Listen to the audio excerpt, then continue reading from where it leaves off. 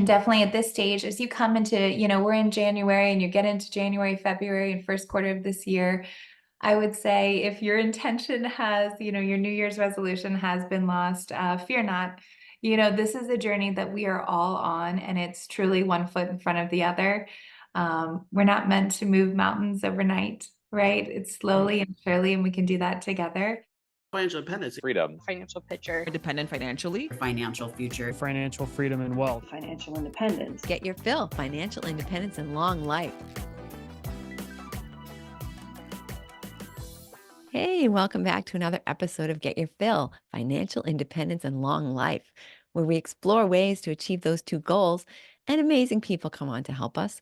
Today, we're going to focus on the long, fun, healthy life portion. We have Tessa Arnold with us today. She's the founder of Balance of You Co, Ayurvedic health and lifestyle coach. Tessa, thank you for being with us today. Thank you so much for having me. I can't wait to discuss these amazing topics. Really Yes. take agency over your life. So it's wonderful to be here. Thank you. Awesome. Thank you. First of all, let's just talk about the trapeze that I see behind you. Yes. Oh, In yes. case if people are just on audio, you're totally missing it. So yes, I've got my cord. So I've got my daisy chains in the back. I know we were just talking about all the fun stuff as we kind of look to reflect on 2023. And I took up fun. I pretty much made it a dedication that I was going to have more fun in my life. I have two small children. And I was solving, I saw that they were having all this fun. And I was like, well, why am I sitting and watching you? I'm going to have fun too. So I recently started my aerial yoga, just own practice of taking classes and loving it, and fell in love with it and felt like a child again. So my partner actually for Christmas, he gifted me my own aerial yoga hammock. So we're just waiting on the hammock to come in. I know, he's amazing. And I was so thrilled. It was the best gift I've ever gotten because I have wings and I can fly when I'm in my hammock. So those are the daisy chains, and soon I'll have the hammock this weekend and I'll be flying all over the place. So yes. wow, that sounds like so fun. It is. If you haven't tried it, please do. It is the closest that I think we can get to capturing that true essence of ourselves when we were children, before all of those social, restraints and demands and feelings and thoughts came bombarding us, and we can just be kids again and be free. It's joyous. Sounds wonderful. Awesome. So before we started the recording, we were talking a little bit about New Year's resolutions, and imagining that by the time this episode airs, that we'll all have completely thrown those out the window and got back to reality. Right. Best intentions. Yeah, exactly. But we do that, right? We're so dramatic, right? I'm going to lose 50 pounds this month, or, we're way unrealistic. And then you can't keep it going. It's just not practical. So what kinds of things, like, what do you do each year to sort of like set an intention and do something that is not going to get thrown out in the first few months of the year? Oh, I love that. I love that. I am not a fan of New Year's resolutions, okay? Because when I used to make them, I never kept them. And I was like, well, this is for the birds. I was like, and it's this grandiose plan of, I'm going to do this giant thing. We haven't done that giant thing yet for a reason. And we don't start at the top of the mountain. We have to scale the mountain.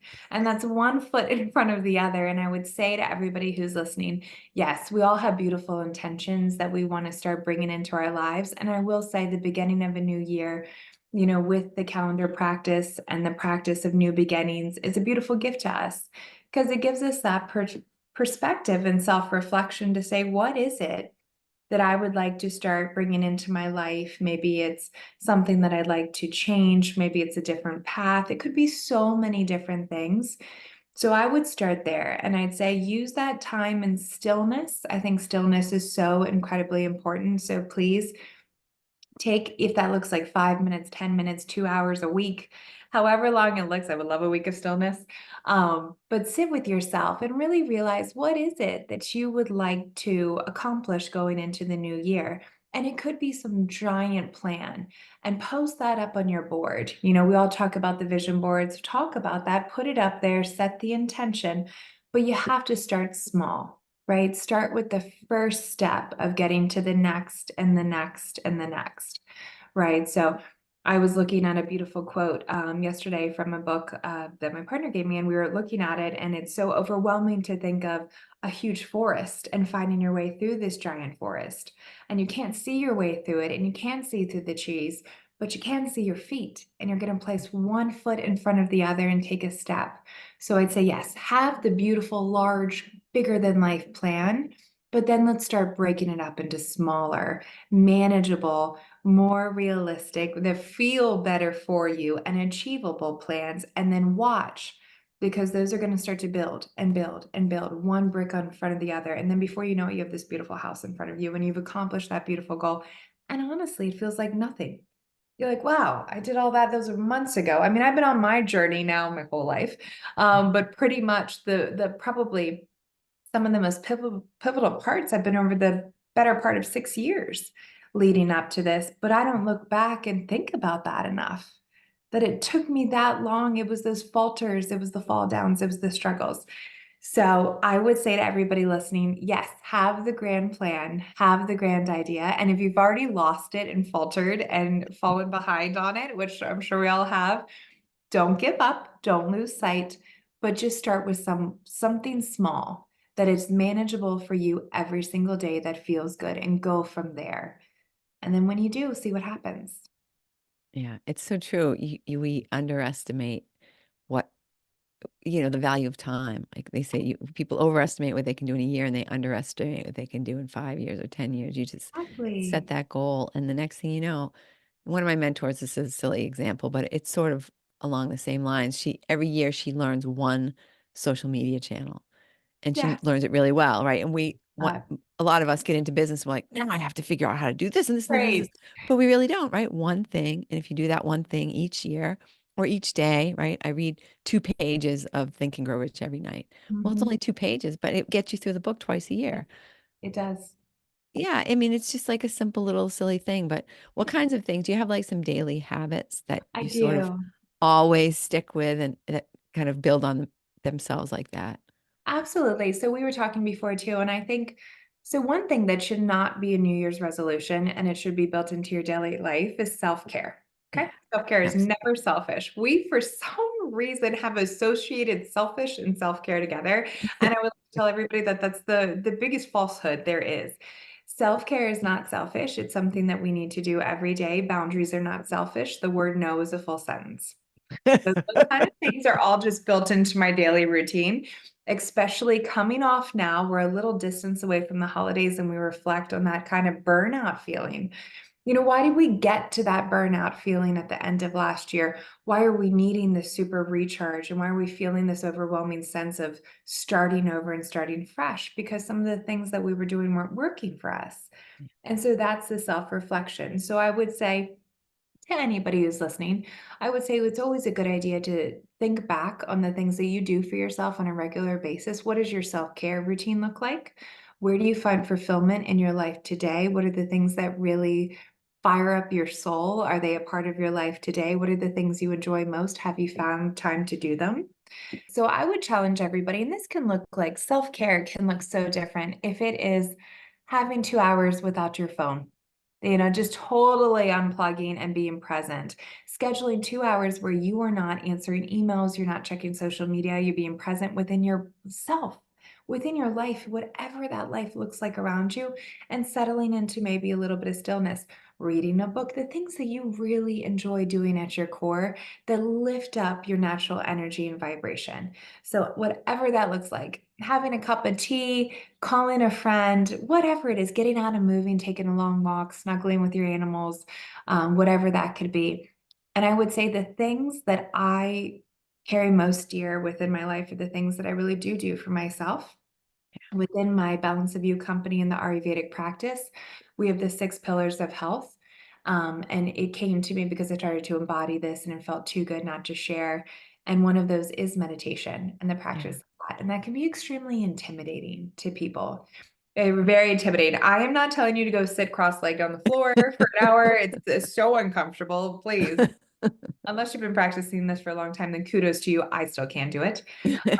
You wouldn't watch Netflix that way. You're not going to do, I talk to a friend that way. So get comfortable, whatever that looks like for you, and just be still. start there. Just tap into your breath. Really start to still your mind. You're never going to stop your thoughts. It's more falling into the gaps in between. But meditation for me is something that I hold very dear to me because I know it helps really help me find the peace within and my self referral. So I do hold space for that every day. That could be 2 minutes, 5 minutes, half an hour, goodness, sometimes an hour, depending on the day and what I need. And then movement too. Movement's such a gift. Our bodies are meant to move. We're not meant to sit still for 8 hours, 2 hours, 3 hours. And I move so much now that when I'm in the car for more than 2 hours, I have to get out and stretch. It's like, what are you doing to me? We don't sit this way ever. Yeah. And that's been a gift since I've moved kind of from the corporate world into all of the things that I'm doing now. But we can find this, we can kind of etch it out. I'd say the meditation, the movement, the breathing. I say really, these are all things that we have available to us at our fingertips. It's nothing special, it's nothing magical, nothing you need to buy. Especially with the breathing exercises, we all breathe, right? That's why we're here, that's why we're alive. But we do shallow lung breathing typically, sometimes 90% of the time, sometimes more, and I don't know that we realize it. And when you do start to realize it and you're sitting in stillness and you take that deep breath in and you do it a couple times, it's incredible how your nervous system feels. So that's something I do pretty regularly with my kids too. They'll be all worked up and I'll stop them. And before I can even get through to them, I'm like, gotta breathe. I'll hold their hand and then I don't want to breathe. And I'm like, you are breathing right now. Like, just take a deeper breath and we'll sit there together and do it. And with my family and friends too, I'm like, okay, if they can't sleep well or they're getting into a big meeting or we're just talking or they're sharing something emotional, breath is so intertwined with all of that. And we can get into some really beautiful breathing exercises. So those are a few of the things that I've done for myself and I continue to do on a regular basis. I actually want to bring you back, Tessa, because Oh, one of the things that you said at the beginning, yes. I feel like it's the key to people even having time to do some of these things, which is no is a complete sentence. No, it's the best sentence and I love it. And people are like, no. And I'm like, no. I'm like, say it with a wonderful inflection in your voice. You know, No you thanks. say, no, no, thanks. That's not a part of my journey today, but thank you so much. People, when you use the word no and you put in beautiful boundaries into your life, you are giving other people the idea, the embodiment, the empowerment to do the same. So that's what you give to them. You are allowing them to see that and be like, wow, she's totally comfortable saying that and protecting her peace and protecting her space. I'm going to go do the same and I'm going to give myself some of that. I mean, I've talked to close family members and friends, especially over the past holidays, where I would call or they would call me and they'd be like, I'm just exhausted. I'm exhausted. I'm like, well, tell me what you had going on. And I'm like, so that they're like, boom, went to here and there and this person's house, this. And I was like, oh, wow, I would be exhausted too. I'm exhausted listening to that. And I love that. I was like, but why are you cramming all this in to 1 or 2 days? What if we said no and you actually had the gift of the holiday, which was some stillness and peacefulness for yourself? And then that other person could do the same. And it's funny how we do this thing to ourselves. And I think it has a lot to do with the world we live in today, that we are inundated and bombarded with so much stimuli. Now that computers are held in our palms and we have connection with a million people all over the world, Yeah. go, go, go, go, go, go, go. Being bored is a lost thing. Nobody is allowed to be bored anymore. I love being bored. I tell my kids all the time, they're like, I'm bored. I'm like, yeah, it's great, right? I'm like, let's have a Sunday in. They can't stand it. They always laugh when they tell me that. But I'm like, no, we get slow, we get still. That's when the most creativity happens. That's when you're at your best, your Yeah. restfulness. It's a beautiful gift. So I would tell anybody who struggles with creating those boundaries and using the word no. Barry Shores is a friend of mine, and he likes to say, put a K and a W at the end, knowledge and wisdom. That's where you're gifting somebody by using the no. So, I mean, definitely start to see what serves you and what doesn't, and think about that before you initially accept every invitation. If going out some night with your friends to dinner that you know is going to be later, but you have something big going on tomorrow, you want to make that early workout class, or you just need rest, say no, pass. No, but I'll catch you the next time around. Yeah. or no, but I'll call you tomorrow and we can catch up on the phone, or no, I'm going to this class tomorrow. Maybe you want to go with me, after you guys go out. I just can't tonight. I said no to a couple parties. I talked to the people, shared my love. I keep up with them regularly. And I was like, I just, I can't, I've got to just have moment of presentness with my family here at the house. And that looks like us being in and being still and together, so, and people respect that more than because they want that too. Yeah. We all are secretly seeking that. We really are. So give them the gift of sharing with them that the ability to say that. Yeah. Mhm. And I also think the more often you say yes, the more people are going to keep trying to, not even talking about events, but volunteerism and things like that. The people just don't respect your time. Well, that person obviously has nothing else to do, so we might as well tap them for this other thing. Like, Exactly. no, the more the scarcity, the less time you give them, the more they'll appreciate it, I think. Keep some of that for yourself. It's true. Okay, so just because we can doesn't mean we should. Yeah. And just energy is currency. It is. It's the most expensive currency that we can give. Your energy, your time, and your presence Yeah. are the most beautiful, expensive, incredible, priceless thing that you can give to somebody because you do have an endless supply, but you have to continue to recharge it, Yeah. right? You've got to give that back to yourself. And when we are constantly saying yes, we don't realize it, but the person that we're saying no to is ourselves on the other end of that. You're right. That we're saying we're just going further and further deeper into expending all of that energy. We're not recharging the battery. We're not going within and saying, does this serve, right? Is this for the greater good of many? Is this within service? Is this fulfilling me? Is this charging my battery right now when Right. I do it? And if it's not, it's okay to say no and Yeah. decline. And that's perfectly fine. And it's the quality of what you're putting out, and it's the responsibility of us to put out what we're meant to versus the quantity. Maybe Yeah. that could be like a New Year's resolution to say no to everything for Yeah, like that's not serving. Well, it is, I've changed. I will say that this year, 2023, was pivotal for me because of the directions that I started to take within my life and the businesses, even my own reflection of the energy that I put into money and how that looks. Because I do believe that we're magnetic, and I believe that having boundaries and saying no, utilizing our voice and utilizing that no is a gift to us. And it's changed because my environment started to change too. And the things that were coming in really started to be in tune with what I was putting out. And that compliment was beautiful versus having everything flooded in, just bombarded with all the things and having to pick and feeling overwhelmed and juggling. When I started to get delegate and to see what was really serving my path and my purpose and my peace, that's what started coming in. And it was beautiful. It Yeah. really was. Yeah, it's amazing. Excellent. Great advice. Thank you. So let's talk a little bit about, I think a lot of people are a little bit confused about what Ayurvedic, and I don't Mhm. even know if I'm pronouncing it right. I always say Ayurvedic, but I've heard it pronounced other Yeah. ways. Is that So Ayurveda, yep. So the Ayurvedic? Ayurvedic practice, you can say the same way, and you were, that was beautiful. And it is, so it's a 5,000-year-old body of knowledge, it's the Vedic body of knowledge, predating kind of what we have today with the modern medicine and modern science. And it's a beautiful gift, really evaluating the science of life.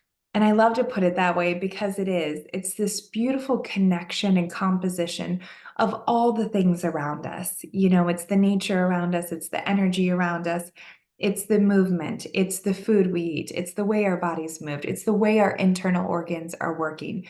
It's the energy expansion. So our hearts actually give out an electromagnetic field. I don't know if a lot of people realize that, but you can feel it that's that connection you feel in front of people. And you'll be with your friends or you'll meet somebody new and you'll be like, their energy was infectious. Well, yes, it is.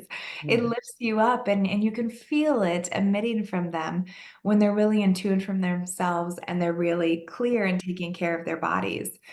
And I like to put it from an Ayurvedic perspective Mm. or Ayurveda perspective is that if you love your body, it's going to love you back. And in a world where we're trying to stay, alive and young as possible, and longevity is the topic of conversation, but also quality of life and mindfulness Yeah. seem to be really relevant now, which I love that. We've come out of this sort of fear state into a broader perspective of how can we really live quality lives. And I would challenge that and say, yeah, you want to live longer, but you want to live and create a life that you can't wait to wake up to.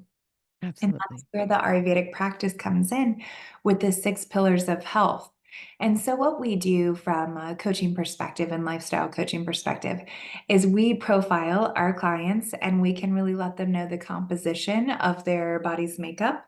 So, depending on the different spaces that your body holds, how your nutritional system operates, what works really well from you from a food and nutritional system and what you ingest, and then also how to balance and regulate your nervous system through breathing practices, movement, sleep, to the smallest little point of the time of day that you're eating.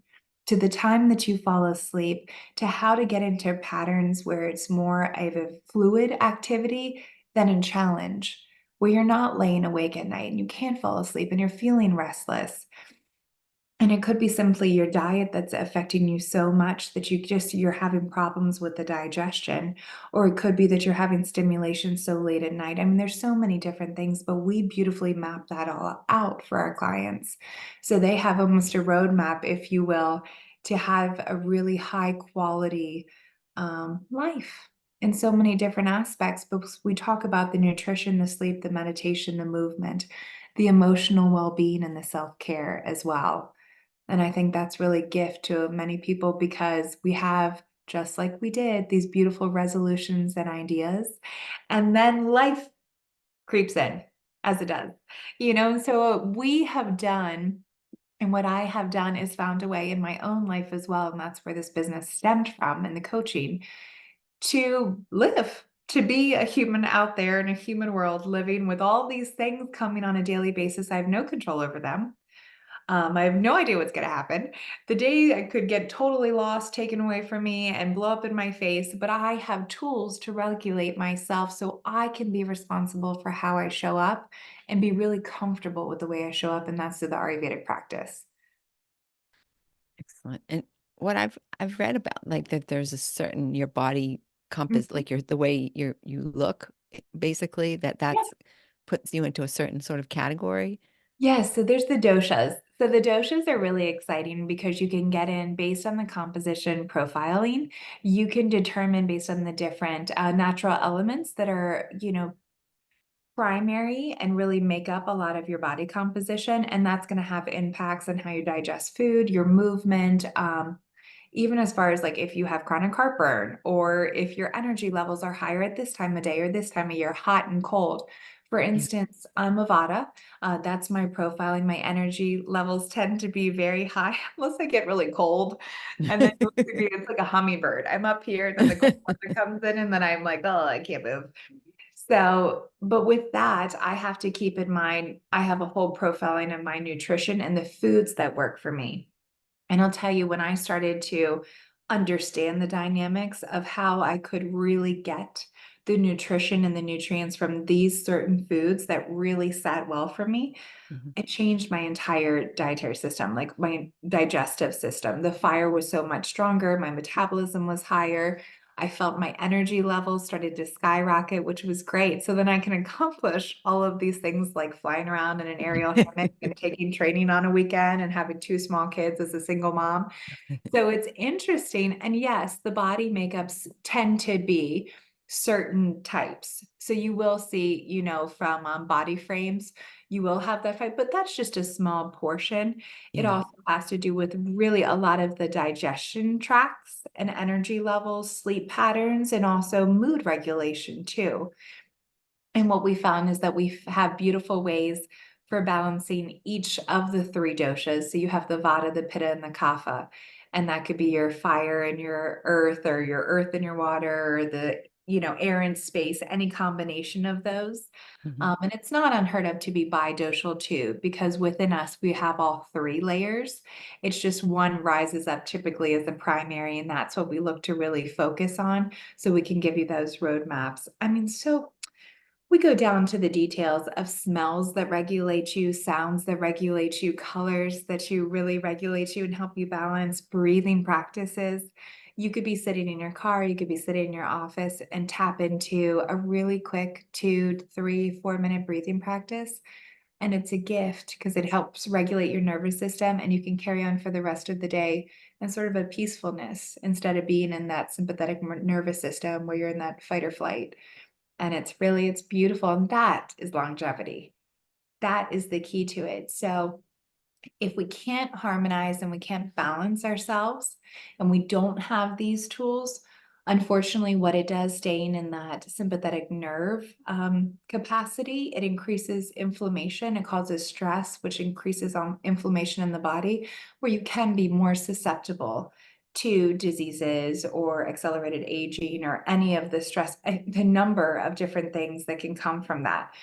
So I like to tell people, I'm like, yeah, it could increase your longevity and your quality of life too. And hey, you're going to have the gift of that exuberance, of that energy level, of your skin, of your digestion, of your diet. I don't change people's the way that they look on the outside, but movement's key. And if you're getting up and moving your body in ways for the right reasons, then it's a beautiful gift to yourself too. So yeah, there's just a whole lot of benefits to it and no downside. So it was too good not to share.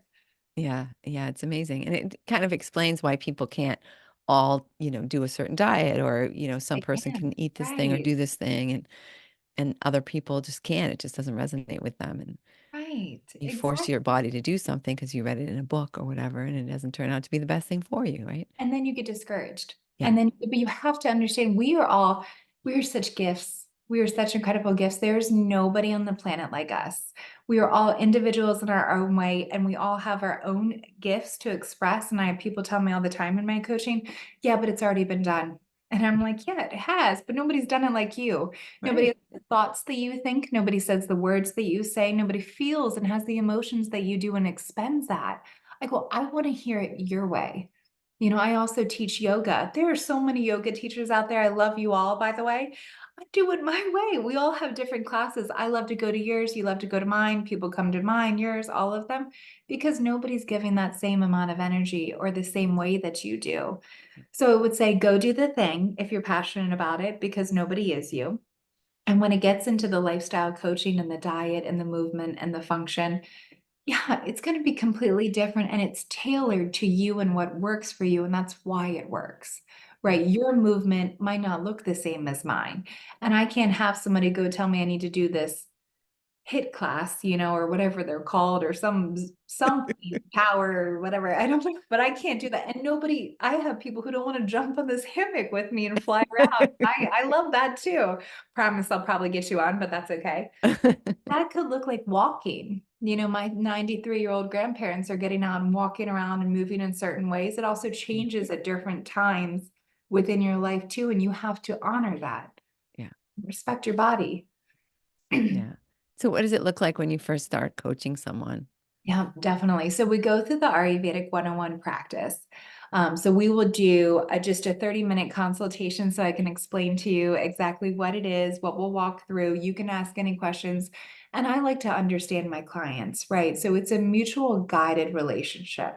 I am not a guru or a coach or anything else that I could teach you, but I'm a guide. You already know this. You have this body of knowledge within you. All that I'm doing is tapping back into it with you. You're not going out, you're not buying any tools, you're not buying any elixirs. There's nothing. It is close to magic, but it's the magic that you have within you and the tools that you have around you. So we'll do that quick consultation introduction. You can get to know me a little bit better and I can get to know you and we can set just kind of some goals for yourself. Then we'll go through the Ayurvedic practice and we'll do the profiling, which is really exciting because we'll get to know your dosha. I'll share with you what the dosha is. I'll walk through that with you. I'll walk through the composition of the body. And it's such a gift when I do this with my clients because they're like, that's me. That's me. That sounds so right. I'm like, that is you. It's you. And doesn't that feel right? Or how does that sound? Or do you find this coming up? And they do, and we'll share that. And so then we'll walk through the nutritional pillar too. I like to walk through that one first. I'll tell you why, because a lot of the body's serotonin is produced in the gut. So you have your two brains, you have your brain, and then you actually have your gut brain. And the regulation and just the connection between emotions and how that works is so important. So you have to feed your body that healthy vibration that's coming in, that healthy energy. So we'll go through that. We'll get a commitment there just so you can start to try out some different protocol, some dietary changes. Again, it's nothing heavy. You're not going to go out and get a new meal plan or anything like that. Again, you don't have to try anything brand new. You're not going to dedicate to a meal plan. It's going to be a grocery list of anything that you could find in your grocery store near you. It's easy, right? I will need to keep it simple. If it wasn't simple, I wouldn't have done it. So that was part of one of the things I was like, okay, how difficult is this? And what am I going to have to do? And do I have these things at home?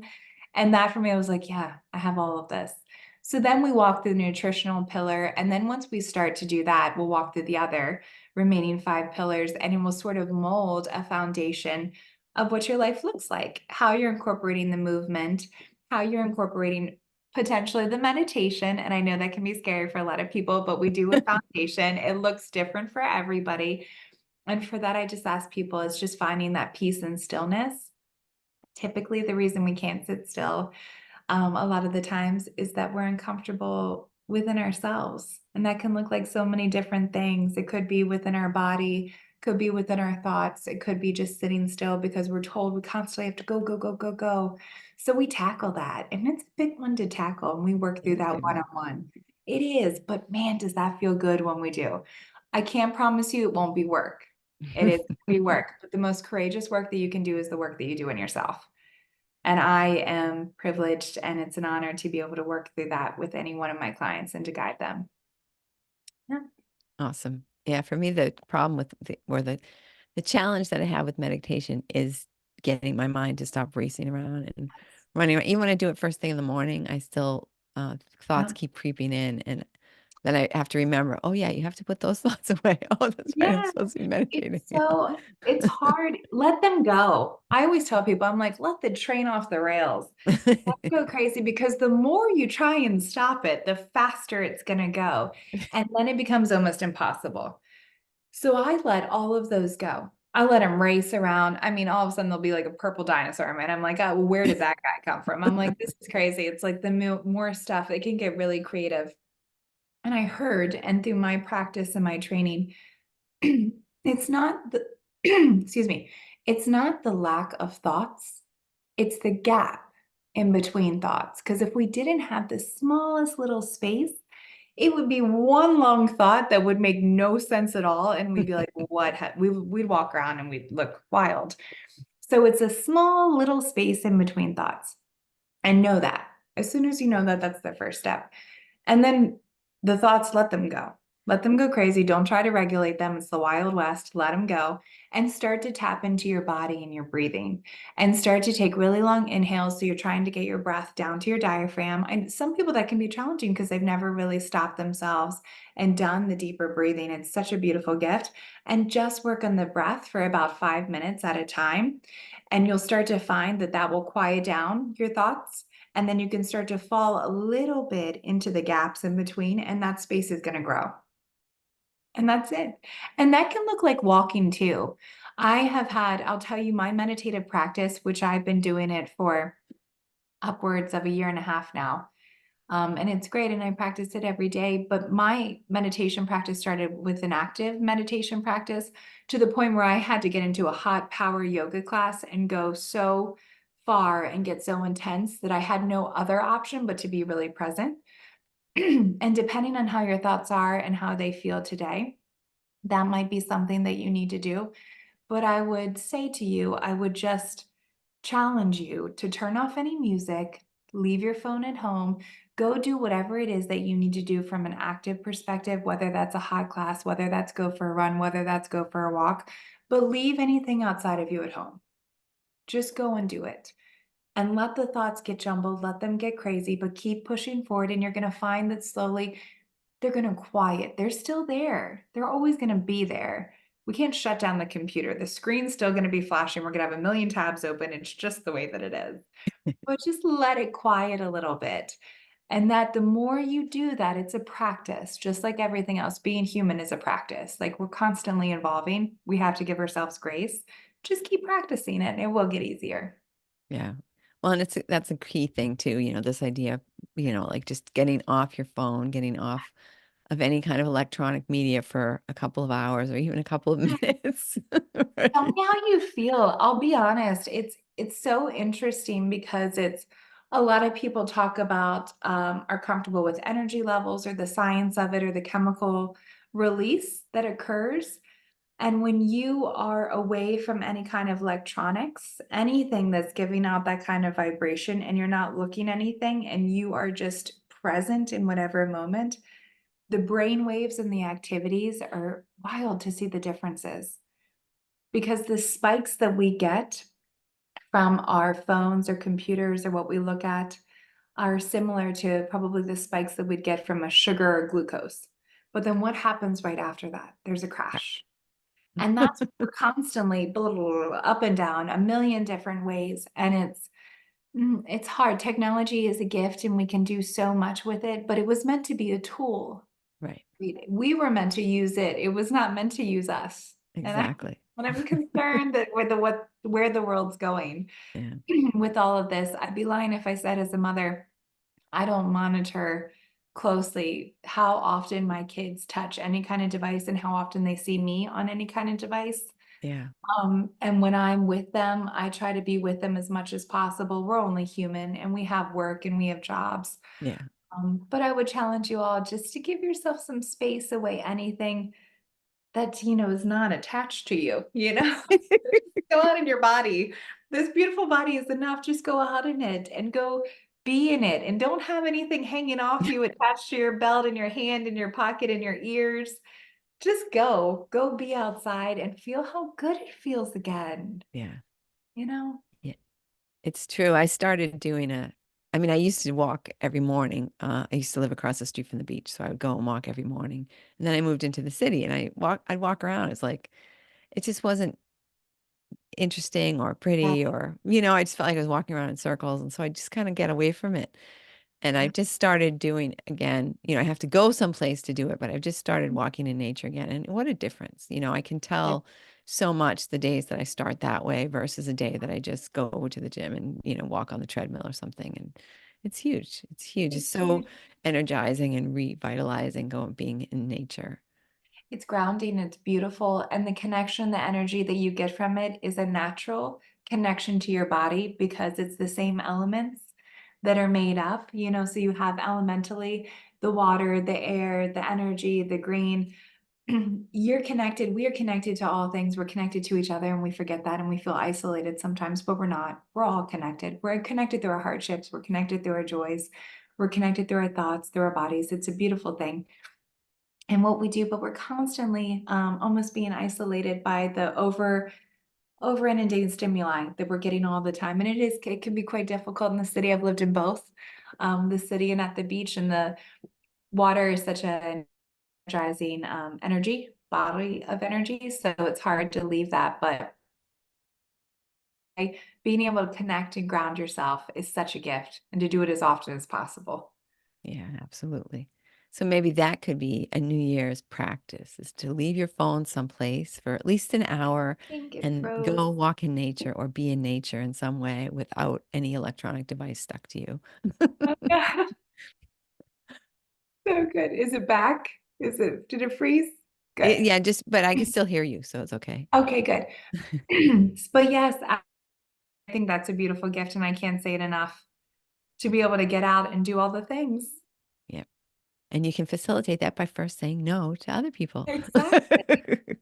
And doing the things that serve you. And I will tell you, when you start to do that and you start to really recharge your battery and take that energy within, you are a gift to others because you emit that to the others. So when you do Right. say yes to the one thing, you're showing up full tank, full energy of love that you give into yourself, just kind of vibrating that all around you. And people feel and they're like, what happened to you? What are you doing lately? You look great. You're like, oh, I'm taking care of myself. Yeah, Yeah, but say no. I'm looking to see exactly. what fulfills me, and then I'm giving everybody else the okay to do the same. Yeah, that's beautiful. Awesome. Yeah. So Tessa, our time is just whipping by here. How can people get in touch with you if they want to start taking control of their health and their life and their happiness? Absolutely. So they can find me at thebalanceofyou.com. So that's the Balance of You Co. and thebalanceofyou.com. And you can go check out the Ayurvedic. I've got a lot of great just flyers, information, tools, and tricks that you can look at. We have our journal entries, and we have a lot of medical studies too that I would always, if somebody's looking in, we don't take the place of just your medical doctor or going and seeing your therapist or whomever else you might be seeing. But we're a beautiful supplement to that so you can really understand the composition of you. So you can definitely go out to thebalanceofyou.com. You can find us at The Balance of You Co. online, or myself at Tess_Elizabeth1. And feel free to reach out and connect if there's something that really resonated with you. If you have more questions, send me an email at Tessa@balanceofyou.com. I would be so happy to connect with you, answer any other questions, or hear from you. Excellent. Thanks, Tessa. And all of those links will be in the show notes. So you can, if you didn't catch them all as they went flying by, you can just look down in the show notes and find all that information. Tessa, is there anything you wish I would have asked you that I didn't ask? Oh, goodness. No, I don't know. This conversation has been absolutely beautiful. And I would just tell everybody it's been a journey. And definitely at this stage, as you come into, we're in January and you get into January, February, and first quarter of this year, I would say if your intention has, your New Year's resolution has been lost, fear not. This is a journey that we are all on, and it's truly one foot in front of the other. We're not meant to move mountains overnight, right? It's Right. slowly and surely, and we can do that together and keep that in mind. But you did have the intention, so don't lose sight of that. That's my one probably thing that I would say is that you did have an intention and there was something that you wanted to change, and you have agency over your life. So make the shift, do the thing, step out of your comfort zone, untether the boat, go out to sea, let the sails go, and just fly a little bit. And if you're looking to find ways to do that, you can always reach out. But I guess that would be the only other thing I'd add. Yeah, that's great. Very good. Perfect. Thank you so much, Tessa. Yes, thank you so much for having me. It was an absolute pleasure. Oh, the pleasure was mine. And thank you, listener, for listening. Think right now about somebody who you know who maybe isn't as happy and healthy as they might want to be. Somebody who maybe needs to say no once in a while to someone else so they can say yes to themselves. Maybe think of a couple of people like that, or even five. And for this episode to them, they will thank you. And in the meantime, take that same advice for yourself, and we'll see you next week.